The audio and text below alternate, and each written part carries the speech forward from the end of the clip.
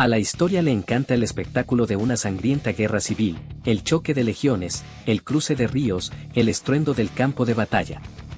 Pero la amenaza más peligrosa para una superpotencia no siempre es un ejército que marcha hacia la capital. A veces, es una podredumbre silenciosa y insidiosa que se infiltra en el palacio mientras el gobernante mira hacia otro lado. En el otoño del año 31 después de Cristo, el Imperio Romano se encontraba en el apogeo absoluto de su dominio mundial. Sin embargo, bajo la pulida fachada de mármol de la ciudad eterna, un gobierno en la sombra terriblemente sofisticado había tomado silenciosamente el control del Estado. La policía secreta se había convertido en un arma, las líneas de comunicación estaban vigiladas y el gobernante supremo del mundo occidental ignoraba por completo que su ejecución ya estaba programada. Esta no fue una guerra ganada con espadas.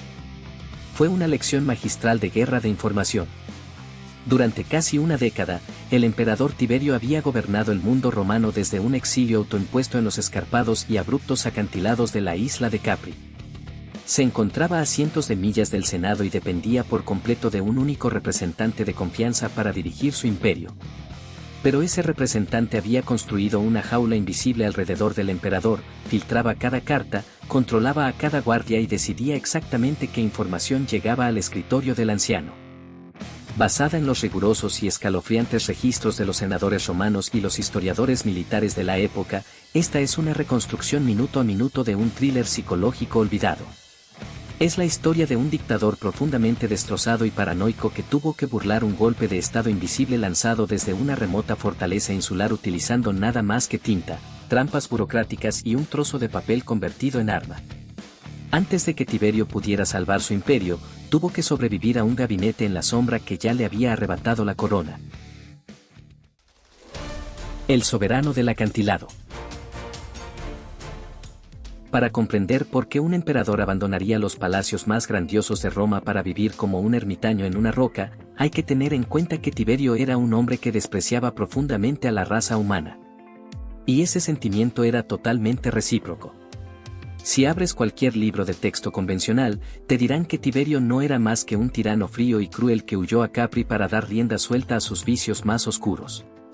Pero historiadores contemporáneos como Tácito dibujan un retrato mucho más complejo y trágico. Tiberio era un general brillante y curtido que había pasado su juventud luchando en los gélidos bosques de Germania y las brutales montañas de Panonia. No era un miembro de la realeza mimado, era un soldado de los de verdad. Vivía en campamentos de barro, se alimentaba de raciones de campaña y, en una ocasión, salvó a todo un ejército de la aniquilación gracias a su pura y fría competencia táctica. Era un hombre de deber absoluto, disciplina férrea y cero tolerancia hacia la política. Nunca quiso ser emperador. Se vio obligado a asumir el cargo por su calculadora madre, Livia, y su padrastro, Augusto, el hombre que prácticamente inventó la microgestión política moderna. Augusto estaba obsesionado con controlar hasta la más mínima variable del Imperio Romano, incluyendo el registro genético y matrimonial de su familia. Tiberio no era más que un peón en su tablero de ajedrez. El punto de inflexión que destrozó para siempre la psique de Tiberio se produjo años antes de su exilio. Tiberio estaba felizmente casado con una mujer llamada Vipsania, hija del mayor general de Roma, Agripa. La amaba profundamente y compartían una vida tranquila, lejos del tóxico centro del poder. Pero los herederos biológicos de Augusto seguían muriendo en circunstancias misteriosas y él necesitaba una alianza política. Ordenó a Tiberio que se divorciara de su amada esposa, que estaba embarazada, y que se casara con Julia, la hija de Augusto, conocida por su promiscuidad y su inestabilidad. Tiberio quedó devastado. Suplicó, imploró, pero bajo el mandato de Augusto, una orden imperial era absoluta.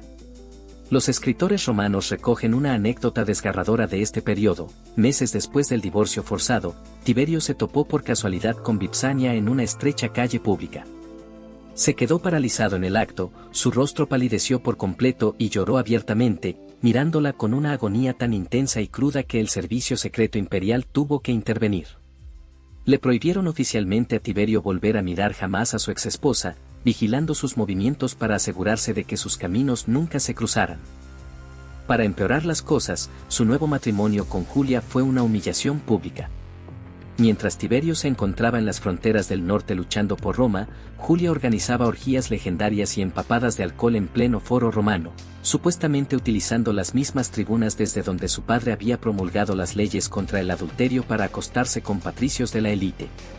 Tiberio lo soportó con una rabia silenciosa y ardiente, encerrándose cada vez más en un caparazón de frío cinismo. Se dio cuenta de que, en Roma, las emociones humanas no eran más que moneda de cambio en manos de sociópatas. Llegó a considerar al Senado romano no como una institución noble, sino como un traicionero nido de víboras lleno de aduladores. Existe un registro senatorial verificado de Casio Dion en el que se señala que, cada vez que Tiberio abandonaba las salas del Senado, murmuraba a su séquito en griego, «Oh, qué aptos son estos hombres para la esclavitud». Le repugnaba sinceramente lo bajo que era capaz de rebajarse la élite aristocrática solo para complacerlo. Cuando Augusto murió por fin y Tiberio subió al trono a los 56 años, intentó compartir el poder con el Senado. Rechazó los títulos imperiales, caminaba por las calles sin guardaespaldas y prohibió que se nombraran meses en su honor. Pero los senadores no querían un líder, querían un amo al que adular. Cada vez que les pedía su consejo sincero, le ofrecían propaganda ensayada. El agotamiento psicológico acabó convirtiéndose en una paranoia profunda y absoluta. Miraba a su alrededor en Roma y veía cuchillos en cada sombra. Así pues, en el año 26 después de Cristo, hizo algo que conmocionó al mundo antiguo, se marchó. Abandonó Roma para siempre y se retiró a Capri, una isla escarpada de piedra caliza que se eleva en la bahía de Nápoles. Capri no era un complejo turístico de lujo, sino una fortaleza psicológica de máxima seguridad. Tiberio construyó 2 villas gigantescas en la isla, pero su favorita era la Villa Jovis, un extenso complejo encaramado en un acantilado escarpado de 1.000 pies que caía en picado hacia el mar embravecido. La infraestructura de la isla se diseñó íntegramente en torno a la defensa y el aislamiento. Solo había una pequeña playa, fuertemente fortificada, donde podía atracar una embarcación. Cualquiera que se acercara a la isla era avistado a millas de distancia por los vigías imperiales. En este acantilado, la paranoia de Tiberio se convirtió en una locura absoluta, y es aquí donde prosperan los oscuros rumores históricos. Suetonio llena páginas con los grotescos rumores que llegaban hasta la capital. El pueblo llano susurraba que el anciano emperador había convertido la isla en un horrible patio de recreo, obligando a niños y niñas a representar escenas mitológicas como pececillos en sus piscinas, persiguiéndole por el agua. Aunque los historiadores modernos dudan de la veracidad de estas historias escabrosas, la atmósfera de puro terror que se respiraba en la isla era innegable. Tiberio vivía como un fantasma. Se negaba a que nadie lo mirara sin su permiso. Suetonio cuenta que, si un pobre pescador de la zona lograba trepar por los acantilados para ofrecerle al emperador un cangrejo enorme y fresco como regalo, Tiberio no le daba las gracias. En cambio, se asustaba al instante, daba por hecho que el hombre era un asesino que había burlado su seguridad y ordenaba a sus guardaespaldas que le desgarraran el rostro al pescador con las afiladas pinzas del cangrejo. Cuando el hombre, gritando de agonía, exclamaba que se alegraba de no haberle ofrecido la enorme langosta que también había capturado, Tiberio supuestamente hacía que le trajeran la langosta para que destrozara cualquier resto de piel que le quedara en la cara. Era un hombre atrapado en la prisión de su propia mente, aterrorizado por su propia sombra, lanzando una mirada larga y oscura desde su acantilado hacia el imperio que se extendía a sus pies. Y fue precisamente esta vulnerabilidad psicológica la que creó el vacío perfecto para la conspiración palaciega. Tiberio estaba demasiado agotado emocionalmente y aterrorizado como para leer el papeleo imperial diario, gestionar las interminables exigencias de las rutas de suministro de cereales o enfrentarse a la traicionera escoria de Roma. Necesitaba un amortiguador. Necesitaba un escudo humano entre él y la capital. Recurrió al único hombre en el que creía poder confiar, un administrador militar frío e hipereficiente que estaba al mando de su guardia personal. Tiberio le dijo a su representante: «Tú te encargas de la capital. Filtra el ruido. Envíame solo lo que realmente importa». Fue el error definitivo de un dictador agotado. Al ceder las llaves de la oficina de correos imperial y las puertas de la capital, Tiberio no se dio cuenta de que acababa de entregar el propio imperio. El representante se puso a trabajar discretamente en Roma, construyendo una enorme y silenciosa infraestructura de traición. Cada una de las cartas que se dirigían a Capri era interceptada, leída y reescrita por una red de agentes en la sombra. Todos los informes sobre la economía o los movimientos militares se falsificaban sistemáticamente para mantener tranquilo al anciano. Durante 5 largos años, Tiberio permaneció sentado en su acantilado, contemplando el hermoso océano azul, sin sospechar en absoluto que su escudero de confianza se había convertido en su verdugo, y que la jaula invisible estaba a punto de cerrarse. La anatomía de la red. Para crear un gobierno en la sombra dentro de una autocracia, no hace falta ganarse el apoyo del pueblo ni contar con la aprobación del poder legislativo. Solo hay que controlar 2 aspectos concretos, la fuerza física en la capital y el flujo de información hacia el poder ejecutivo. Allá por la época de Roma, mientras el emperador Tiberio contemplaba el mar desde su fortaleza situada en lo alto de un acantilado, el hombre al que había dejado al mando estaba construyendo sistemáticamente la trampa administrativa más avanzada de la historia antigua. Se llamaba Lucio Elio Sejano. Para el ciudadano romano de a pie, Sejano no era más que el prefecto de la Guardia Pretoriana, en esencia, el jefe de la escolta imperial. No procedía de la antigua nobleza aristocrática de Roma, pertenecía a la clase ecuestre, el equivalente romano de la clase media alta. Esto hacía que Tiberio no lo considerara en absoluto una amenaza. Tiberio veía a los viejos senadores aristocráticos como víboras ambiciosas que codiciaban su trono, pero Sejano. Sejano era un burócrata. Un sabueso leal. Tiberio confiaba en él tan plenamente que se refería a él públicamente como socius laborum, su compañero en mis labores. Pero Sejano era un sociópata político de un genio sin igual. Comprendió que el profundo agotamiento psicológico de Tiberio era su baza definitiva.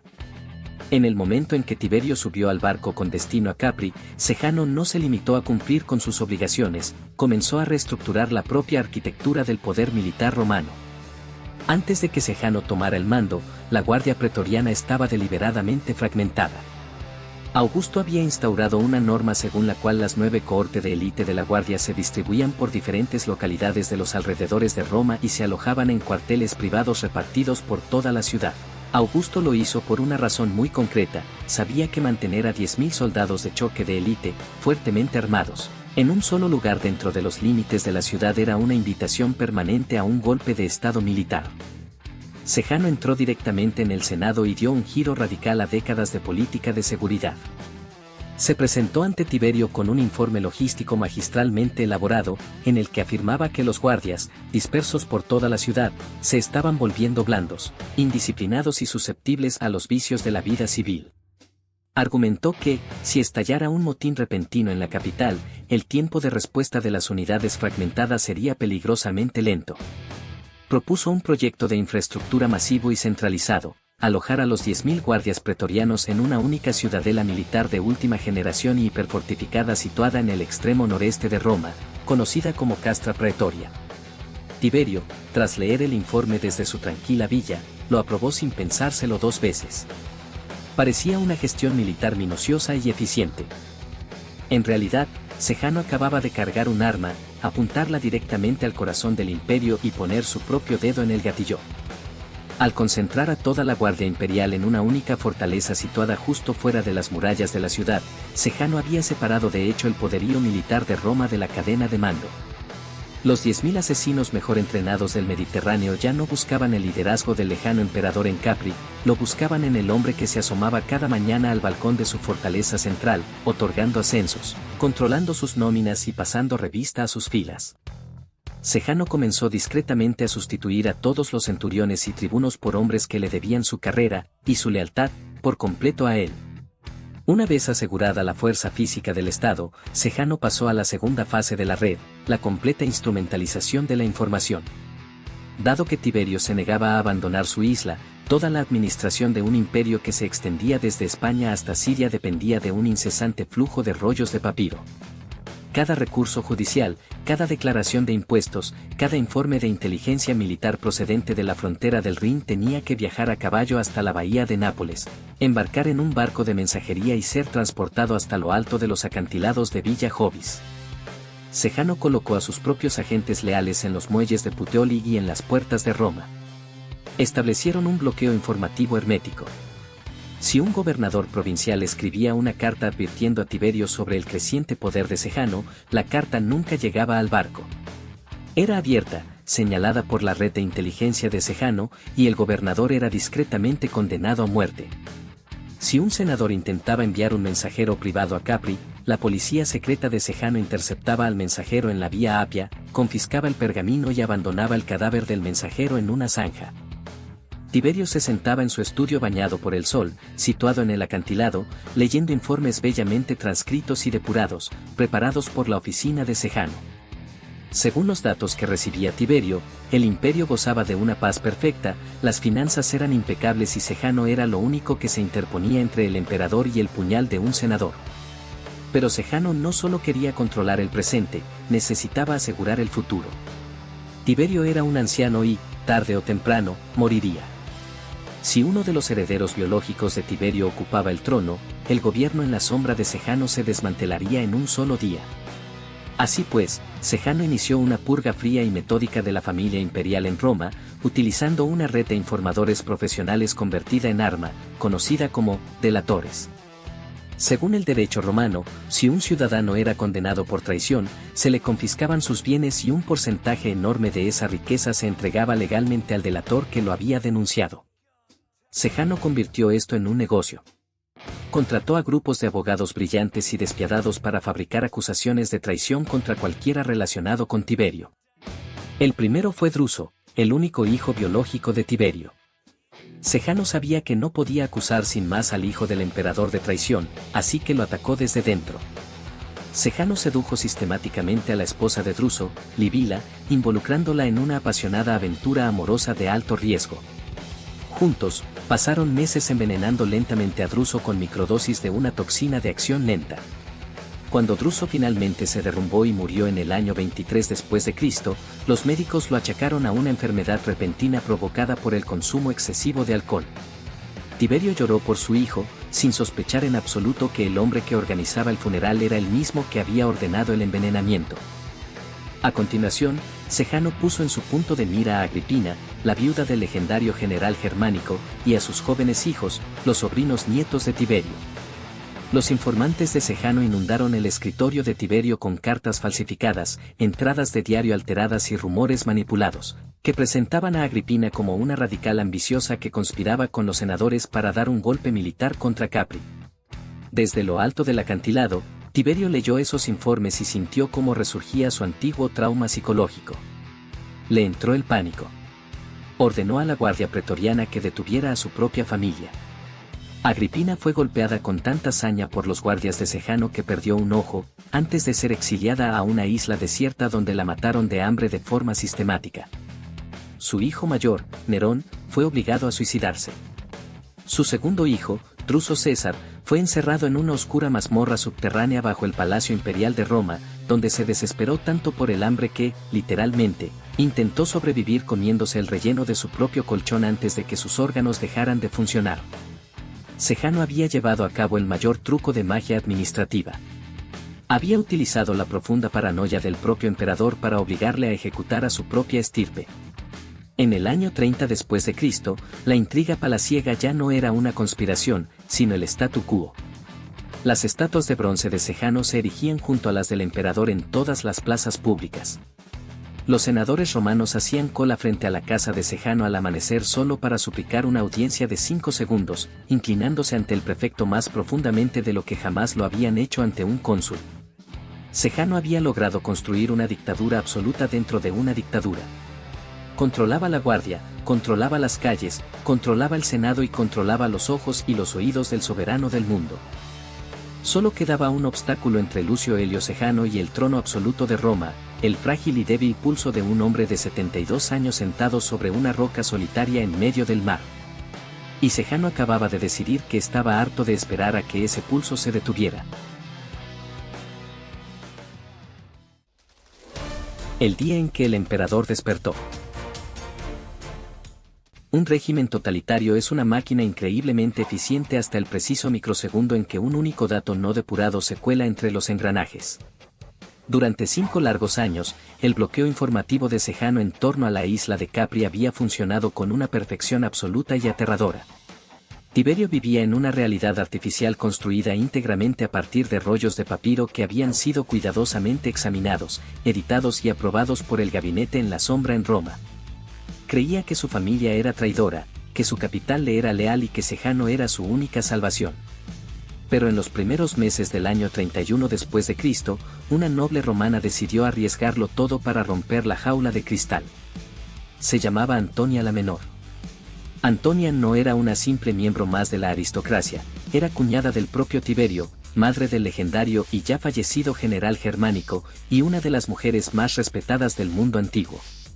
Vivía en Roma, observando con absoluto horror cómo los informantes de Sejano masacraban sistemáticamente a sus nietos, controlaban la infraestructura militar y convertían el Senado en un auténtico teatro de marionetas. Sabía que, si intentaba enviar una carta normal a Capri a través del correo imperial, los agentes de Sejano la detendrían, le cortarían el cuello antes del atardecer y el emperador nunca sabría que había intentado comunicarse. Así pues, Antonia eludió todo el aparato imperial. Redactó un manifiesto minucioso y forense en el que desenmascaraba toda la red de Sejano, enumerando a los centuriones corruptos, a los senadores sobornados, el envenenamiento sistemático del hijo de Tiberio y el plan inminente para un asesinato imperial. No confiaba en ningún ciudadano romano para entregarlo. En su lugar, eligió a un esclavo doméstico analfabeto y extremadamente leal llamado Payas. No dejó que Payas llevara un pergamino físico que pudiera ser confiscado en un puesto de control. En su lugar, le hizo memorizar el texto palabra por palabra o, según otros relatos contemporáneos, selló un cuaderno secreto y codificado dentro de un compartimento oculto de una alforja de comerciante de escaso valor. Payas se escabulló de Roma en plena noche, evitando las carreteras principales, donde las patrullas pretorianas de Sejano registraban el equipaje. Se dirigió a pie hacia la costa, disfrazado de campesino, y consiguió embarcar en un pequeño barco pesquero de aspecto discreto que se dirigía a la bahía de Nápoles. Las aguas que rodeaban Capri estaban constantemente vigiladas por los exploradores navales de Sejano, pero un solitario barco pesquero que llevaba provisiones a los muelles inferiores de la isla logró colarse entre el bloqueo al amparo de una densa niebla costera. Payas trepó a toda prisa por los empinados y rocosos senderos de la villa Jovis, eludió el anillo exterior de guardias y exigió una audiencia privada e inmediata con el emperador, alegando que traía un mensaje de Antonia que no podía esperar al paquete postal diario. Tiberio, sentado en su estudio aislado, accedió a recibirlo. Cuando el mensaje fue finalmente entregado y descifrado, el efecto psicológico sobre el emperador, de 72 años, fue un shock catastrófico y paralizante. Imagina el horror absoluto que supuso darse cuenta de aquello. Tiberio no solo estaba leyendo sobre un adversario político, se estaba dando cuenta de que toda su realidad durante los últimos 5 años había sido una mentira calculada. El hombre al que había llamado públicamente su compañero de fatigas, el hombre cuyas estatuas había financiado, el hombre en quien había confiado para proteger su vida, era en realidad un auténtico monstruo que había asesinado a su hijo, había matado de hambre a sus sobrinos nietos y se había apropiado por completo de las 10.000 tropas de choque de élite de la capital. Tiberio miró por la ventana hacia los grandiosos acantilados de Capri y se dio cuenta de que su segura fortaleza se había transformado al instante en una prisión flotante de la que no había escapatoria. Estaba completa y absolutamente indefenso. En la isla, Tiberio no contaba más que con unos pocos cientos de guardias locales y un pequeño equipo de burócratas ancianos. Si Sejano se daba cuenta de que el secreto se había filtrado, bastaría con que enviara 3 buques de guerra desde Puteoli, desembarcara una sola cohorte de pretorianos en la playa y mandara estrangular a Tiberio en su lecho en menos de 12 horas. Tiberio no podía convocar a las legiones de las fronteras con Germania o Siria, cualquier carta que intentara enviar a través del continente tendría que pasar por los puestos de control de Sejano. Era un rey dios que ni siquiera podía enviar un mensaje de texto sin el permiso de su verdugo. En ese preciso momento, el profundo instinto de supervivencia, propio de un militar, del viejo general volvió a despertarse. Paralizado por el miedo, pero agudo en su malicia táctica, Tiberio entró en un estado de hipervigilancia absoluta y maníaca. En primer lugar, ordenó a sus vigías navales que se apoderaran de todas y cada una de las embarcaciones atracadas en la isla. Nadie podía salir de Capri, y nadie podía desembarcar sin su firma directa y personal. Quería bloquear por completo el flujo de información para que Sejano no se enterara de que Payas había logrado llegar. A continuación, puso en marcha un descabellado plan logístico de contingencia. Ordenó a sus funcionarios del tesoro en la isla que empaquetaran millones de sestercios de oro en pesadas cajas de madera. Mantenía una flota de naves de guerra rápidas y de múltiples remos constantemente abastecidas de combustible, tripuladas y a flote justo al pie de los acantilados de la villa Jovis. Si sus vigías avistaban una flota de naves pretorianas acercándose desde Roma, Tiberio estaba dispuesto a abandonar por completo el Imperio Romano, subir a bordo de una nave de guerra y huir a través del Mediterráneo hacia las fronteras salvajes de Germania o de Oriente para encontrar una legión leal que protegiera su vida. A continuación, estableció un sistema de alerta temprana primitivo y de una tecnología terriblemente rudimentaria en el pico más alto de la isla. Ordenó a su equipo de ingenieros que construyera una enorme pira de señales de madera. Hizo que otro equipo cruzara en secreto al continente para instalar las piras correspondientes a lo largo de la costa italiana. Tiberio se sentaba en su balcón durante días y días, negándose a dormir, con un telescopio de latón pegado al ojo, mirando fijamente hacia el lejano horizonte italiano. Si estallaba un golpe de estado en Roma, se ordenaba a las hogueras del continente que encendieran una secuencia específica de fuegos. Si el horizonte permanecía oscuro, él seguía siendo el emperador. Si el humo se elevaba, sus verdugos estaban de camino. Pero Tiberio sabía que la paranoia defensiva no le salvaría la vida. No podía ganar una guerra militar contra Sejano, lo que significaba que tenía que ganar una guerra de información. Tenía que desmantelar un enorme y arraigado gobierno en la sombra desde cientos de millas de distancia utilizando nada más que pura y genuina manipulación psicológica. Necesitaba mantener a Sejano completamente tranquilo, totalmente dócil y por completo desorientado mientras, en silencio, colocaba un cuchillo a la espalda del prefecto. Tiberio se sentó en su escritorio, cogió la pluma y comenzó a escribir una serie de cartas públicas deliberadamente erráticas y confusas dirigidas al Senado de Roma. En una carta, elogiaba profusamente a Sejano, llamándole el salvador del régimen, y daba a entender que tenía previsto adoptarlo oficialmente en la familia imperial, otorgándole así el derecho legal definitivo al trono. Unos días más tarde, enviaba otra carta en la que criticaba duramente a uno de los aliados políticos más cercanos de Sejano, o bien mencionaba de pasada que su propia salud se estaba deteriorando y que se estaba muriendo en su isla. En otro despacho, exigía que el Senado enviara a Capri a 2 senadores concretos partidarios de Sejano para que fueran juzgados por una antigua infracción legal. Se trataba de un juego magistral y tóxico de manipulación psicológica. En Roma, Sejano se veía completamente paralizado por las señales contradictorias. Una mañana pensaba que estaba a punto de convertirse en el gobernante absoluto del mundo, a la mañana siguiente temía que estuvieran a punto de detenerlo. No podía lanzar su golpe de estado porque no sabía si Tiberio se estaba preparando realmente para ceder el poder o si le estaba tendiendo una trampa. Cada vez que Sejano se disponía a dar la orden a la guardia pretoriana para que marchara, llegaba una nueva carta desde Capri ofreciéndole un ascenso espectacular, lo que le hacía dudar el tiempo justo para que el reloj siguiera corriendo. Durante meses, todo el mundo romano permaneció sumido en un limbo agonizante y silencioso, suspendido entre un anciano que observaba a través de un telescopio desde un acantilado y un despiadado señor de la guerra que vacilaba en un campamento fortificado.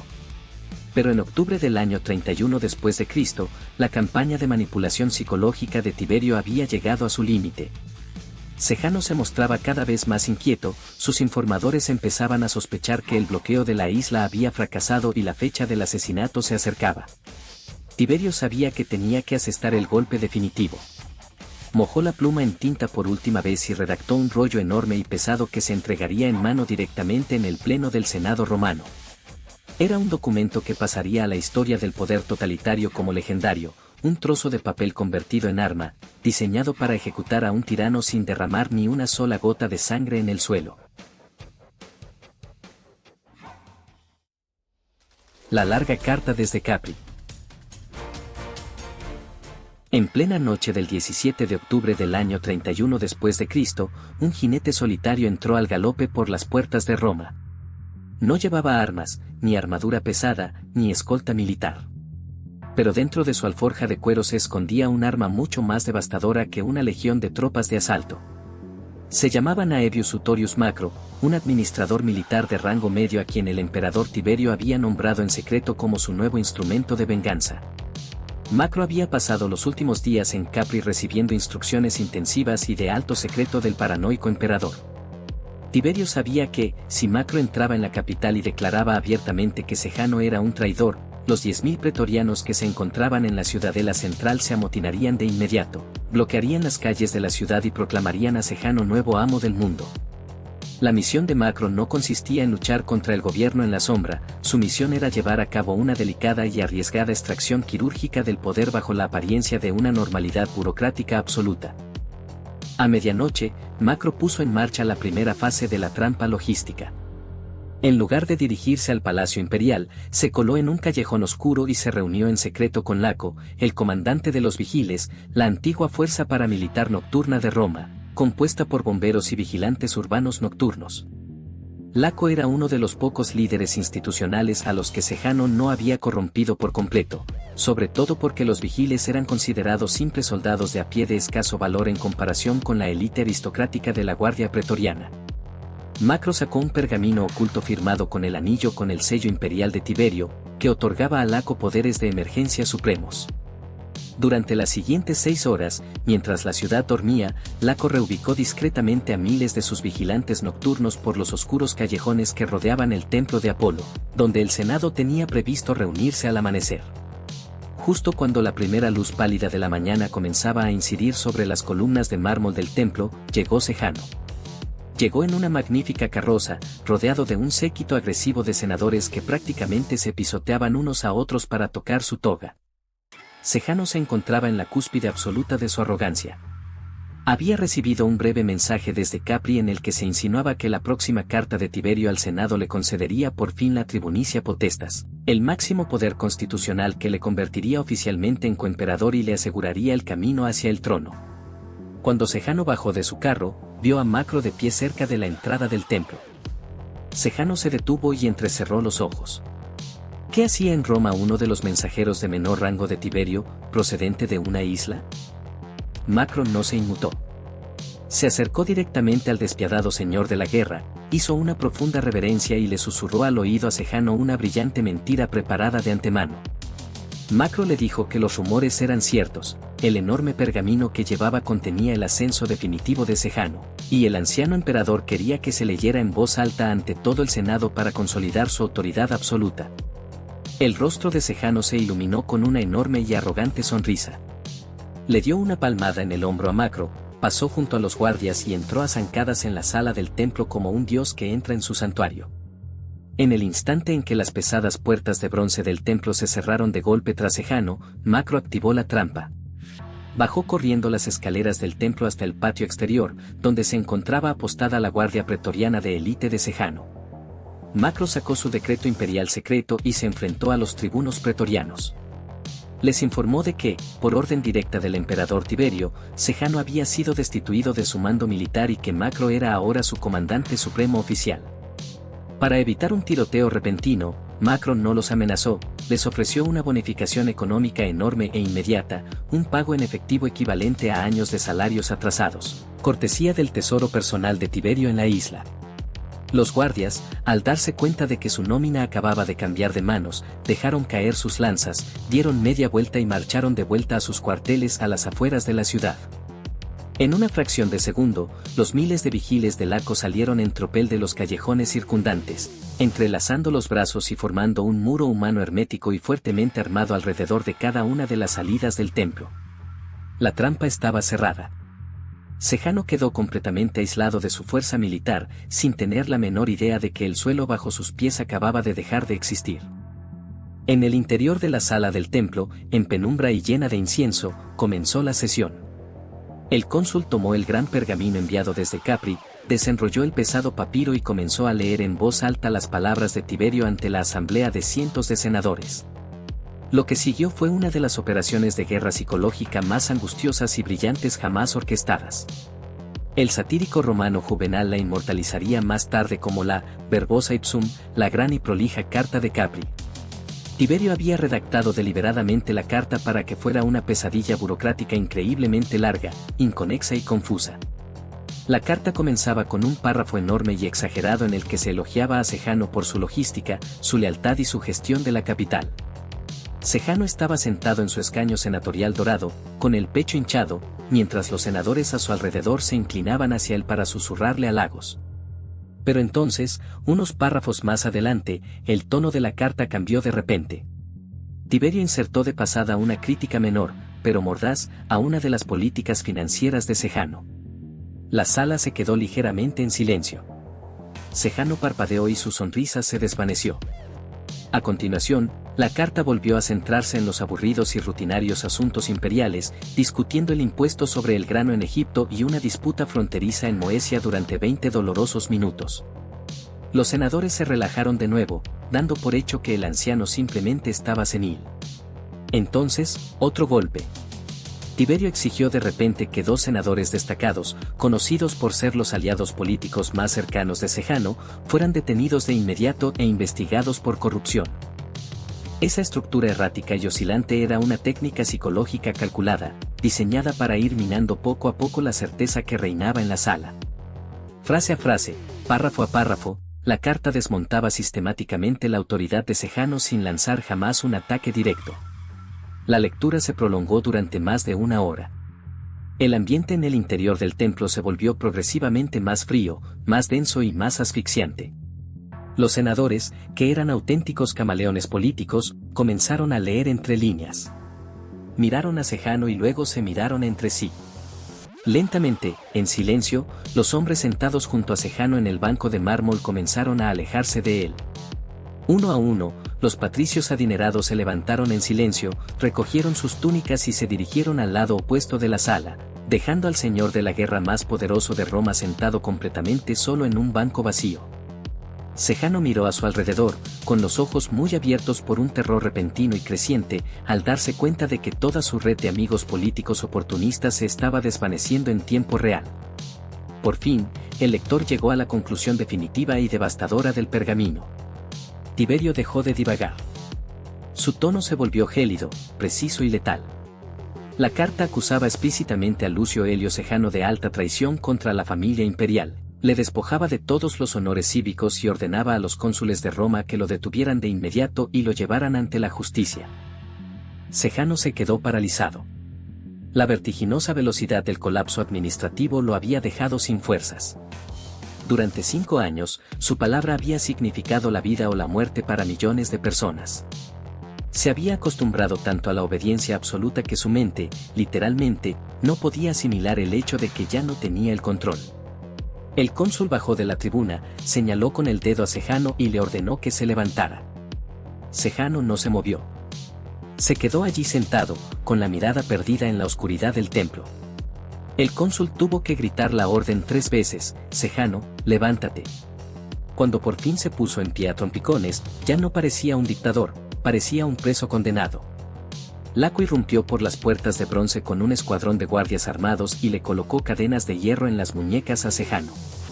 El gobierno en la sombra, cuya construcción había llevado media década de asesinatos fríos y calculados, había sido desmantelado por completo en menos de 90 minutos por un único trozo de papel convertido en arma, enviado desde un remoto peñón en el mar.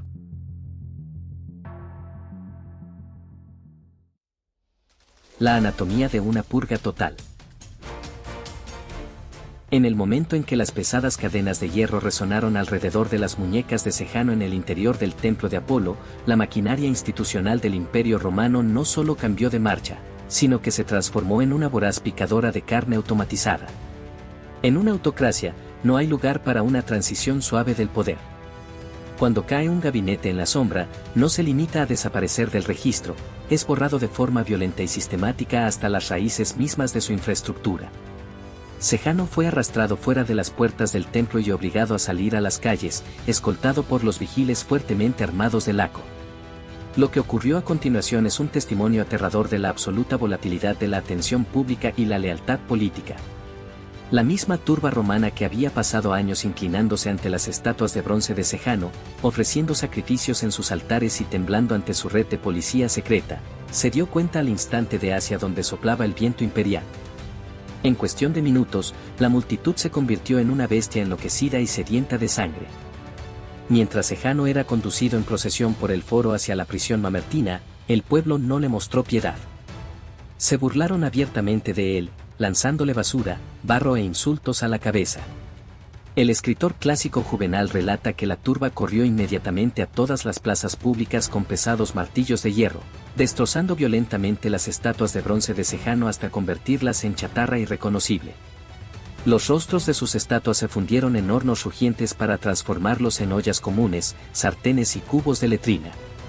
La ilusión de su poder intocable se había hecho añicos tan rápido que la mente humana apenas podía asimilar la velocidad del colapso.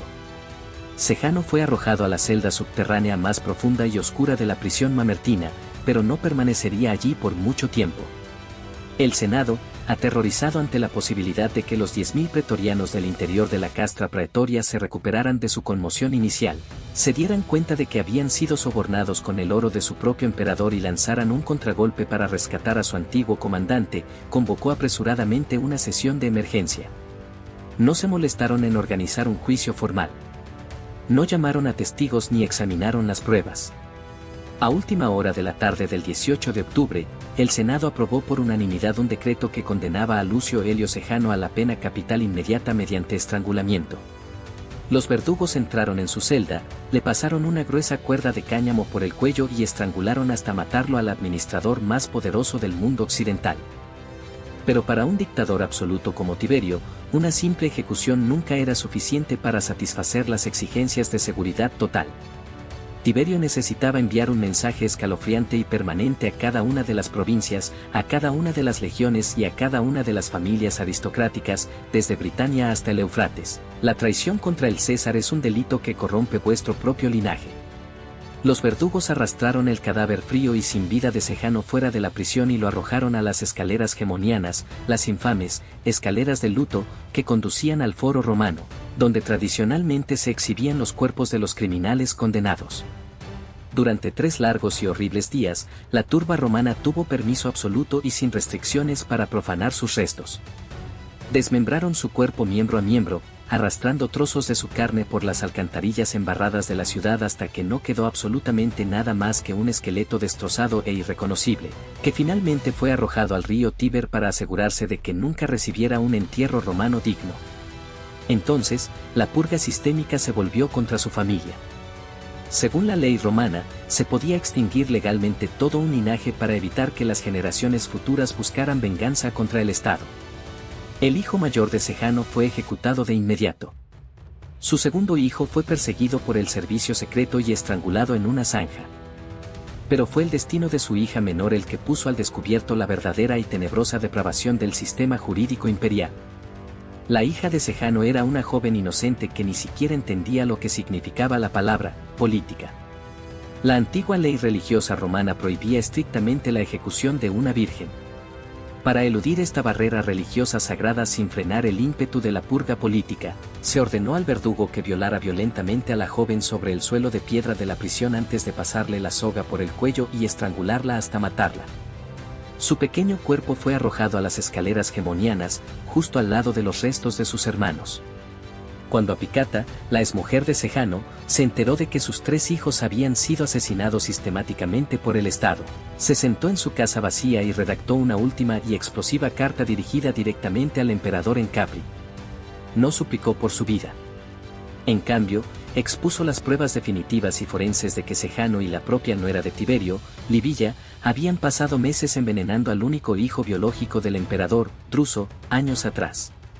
Tras sellar la carta y enviarla mediante un mensajero privado, Apicata se suicidó. Cuando el mensajero llegó a Capri y Tiberio leyó la confesión final de Apicata, el anciano emperador enloqueció por completo y de forma irrevocable. Darse cuenta de que su propia nuera se había acostado con su asesino y le había ayudado a envenenar a su propio hijo convirtió la paranoia de Tiberio en una tormenta de furia desenfrenada y desquiciada. Tiberio ordenó una purga total, de tierra quemada, de la aristocracia romana que se prolongó durante 3 sangrientos años. Se encerró en la villa Jovis, negándose a ver a nadie, mientras su nuevo prefecto pretoriano, Macro, detenía, torturaba y ejecutaba sistemáticamente a cientos de senadores, caballeros y oficiales militares que en algún momento hubieran hablado con Sejano o sonreído ante sus estatuas. Las cárceles de Roma estaban abarrotadas hasta su máxima capacidad. Tácito relata que la ciudad se convirtió en una silenciosa ciudad fantasma sumida en el terror, donde la gente temía hablar con sus propios hermanos, sospechando que sus esclavos, sus esposas o sus hijos eran informantes secretos al servicio de la isla de Capri. Tiberio nunca regresó a Roma. Pasó los últimos años de su vida paseándose por el borde de su acantilado de 1.000 pies, contemplando a través de su telescopio un mundo que despreciaba profundamente, completamente consumido por la locura tóxica y asfixiante de su propia autoridad absoluta. Había logrado salvar su imperio de un golpe de estado invisible, pero, en el proceso de salvarlo, había destruido por completo cualquier atisbo de humanidad que le quedara en el pecho. La conspiración palaciega había terminado, los traidores estaban muertos y el soberano del acantilado permanecía completamente solo en la oscuridad, esperando a que su propio pulso se detuviera por fin. La caída de Lucio Helio Sejano pone de manifiesto la aterradora paradoja que subyace al poder absoluto. Incluso la fortaleza mejor protegida puede quedar completamente inutilizada por un único cuello de botella informativo que no se controle. El emperador Tiberio construyó un santuario psicológico de máxima seguridad en los escarpados acantilados de piedra caliza de Capri, pero al entregar las llaves de la sala de correo imperial a un único intermediario de confianza, permitió sin darse cuenta que un gobierno en la sombra invisible levantara una jaula militar alrededor de todo su imperio. Sin embargo, cuando la ilusión de su seguridad se desvaneció, el frío instinto táctico de supervivencia del viejo general demostró ser mucho más letal que 10.000 soldados de choque de la Guardia Pretoriana de élite. Sin mover ni una sola cohorte, confiando exclusivamente en la tinta, la manipulación psicológica administrativa y la lectura agonizantemente lenta de un trozo de papel convertido en arma, Tiberio logró volver la maquinaria institucional de Roma directamente contra su verdugo en cuestión de minutos. Salvó su trono, pero el coste de esa victoria destrozó para siempre lo que le quedaba de humanidad, convirtiendo sus últimos años en una pesadilla empapada de sangre y de aislamiento absoluto. Si quieres comprender cómo este legado de profunda paranoia palaciega, redes secretas de inteligencia y traición administrativa absoluta siguió marcando el sangriento destino de los Césares, no te puedes perder nuestra próxima investigación. Asegúrate de pulsar el botón de suscribirse, activar las notificaciones y dejar un comentario más abajo. Si Sejano no hubiera dudado y, en su lugar, hubiera lanzado un asalto anfibio directo contra Capri, ¿habría podido hacerse con el trono, o estaba la infraestructura militar romana demasiado ligada al linaje de los Césares como para aceptar jamás a un dictador ecuestre? Gracias por vernos, y nos vemos en el próximo frente de la historia.